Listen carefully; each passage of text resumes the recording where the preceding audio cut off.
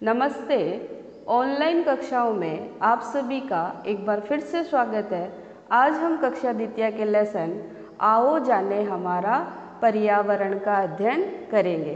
तो सबसे पहले बच्चों, पर्यावरण क्या है? पर्यावरण दो शब्दों से मिलकर बना है, परि प्लस आवरण। परि का अर्थ होता है जो हमारे चारों ओर है, आवरण का अर्थ होता है जो हमें चारों ओर से घेरे हुए है। इस प्रकार पर्यावरण का अर्थ होता है चारों ओर से घेरने वाला। हमारे चारों ओर जल, वायु, पर्वत, नदियाँ, घाटी, मिट्टी, कंकड़, पत्थर, चट्टानें, पेड़ पौधे, जीव जंतु, पशु पक्षी, जंगल, तालाब, झीलें, सड़कें आदि है और ये सब मिलकर हमारा पर्यावरण बनाते हैं। पर्यावरण में व्यक्ति, समाज व राष्ट्र के साथ साथ सृष्टि अर्थात सूर्य, चंद्रमा, पृथ्वी, पर्वत, समुद्र, वृक्ष, वनस्पतियाँ, पशु पक्षी, जीव जंतु, नदी, तालाब व अन्न व वस्त्र आदि का भी समावेश होता है। मानव के जीवन पर पर्यावरण का महत्वपूर्ण प्रभाव पड़ता है, इसलिए इन दोनों के बीच आत्मीयता का संबंध होता है। संपूर्ण सृष्टि में प्रकृति द्वारा निर्मित अनेक कृतियाँ हैं। पृथ्वी पर मानव प्रकृति की सबसे सुंदरतम कृति है। अपनी बुद्धि के द्वारा उसने अनेक खोज की है और मानव जीवन को सुविधामय बना दिया है। यानी कि मानव ने अपनी बुद्धि के द्वारा अनेक आविष्कार किए हैं जिनका उपयोग करने से जो हमारा जीवन है वो अत्यंत ही सुविधामय हो गया है। मानव ने पुल, बांध, सड़कें व नहरें बनाई है। मानव ने विभिन्न प्रकार के पेड़ पौधे भी लगाए हैं। अब है सबसे पहले पुल क्या है? पुल एक ऐसा ढांचा है जो नदी, पहाड़ या घाटी व रेल लाइनों के ऊपर बनाया जाता है। पुल का उपयोग करके जो मनुष्य होते हैं तथा जो वाहन होते हैं वो आर पार या एक स्थान से दूसरे स्थान पर आते जाते हैं। यानी कि नदियों को, घाटियों को व रेल लाइनों को पार करने में पुल का उपयोग करने से आसानी हो गई है। फिर है बांध। बांध के द्वारा जल को बहने से रोका जाता है।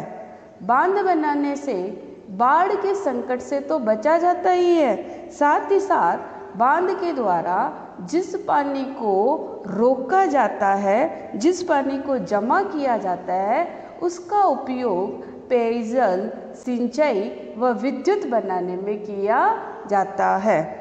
फिर है नहर। नहर एक मानव निर्मित संरचना है। नहर शब्द से ऐसे जल मार्ग का बोध होता है जो प्राकृतिक न होकर मानव द्वारा निर्मित होता है। इसका प्रयोग जल को एक स्थान से दूसरे स्थान तक पहुंचाने में किया जाता है।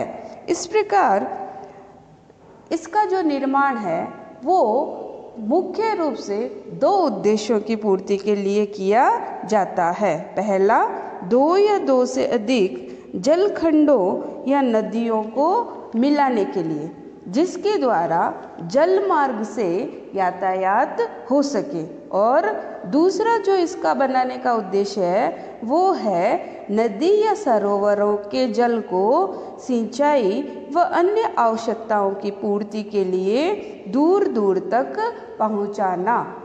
हमारे राजस्थान की जो इंदिरा गांधी नहर परियोजना है उसने मरुस्थलीय क्षेत्र में चमत्कारी बदलाव ला दिया है। इससे मरुभूमि में पेयजल, सिंचाई व औद्योगिक कार्यों के लिए पानी मिलने लगा है और कई जिले ऐसे थे जहाँ पर पानी का संकट था, वो काफ़ी हद तक इस परियोजना के द्वारा कम हुआ है। फिर है सड़क।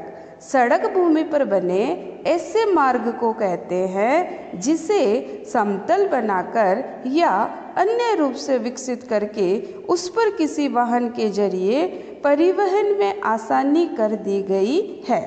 पैदल चल रहे व्यक्ति की सुविधा के लिए भी सड़क के साथ साथ फुटपाथ भी बनाए जाते हैं, जिससे कि पैदल चलने वाले व्यक्तियों को किसी प्रकार की समस्या ना हो। इनके साथ साथ मनुष्य द्वारा विभिन्न प्रकार के पेड़ पौधे लगाए गए हैं। जो पेड़ पौधे होते हैं उनका हमारे जीवन पर महत्वपूर्ण प्रभाव पड़ता है, क्योंकि पेड़ों से हमें ऑक्सीजन मिलती है, पेड़ों से ही वर्षा होती है, पेड़ मिट्टी के कटाव को रोकते हैं, पेड़ अनेक जंतुओं को आश्रय प्रदान करते हैं, पेड़ों से हमें विभिन्न प्रकार के फल व सब्जियां मिलती है। इस प्रकार जो पेड़ है वो हमारे जीवन का महत्वपूर्ण अंग है। साथ ही साथ पेड़ों को हम देवता स्वरूप भी मानते हैं और विभिन्न अवसरों पर हम इनकी पूजा भी करते हैं। और ये पेड़ पौधे जो है ये मनुष्य द्वारा लगाए जाते हैं। इस प्रकार हमने इस पाठ में पर्यावरण के बारे में पढ़ा।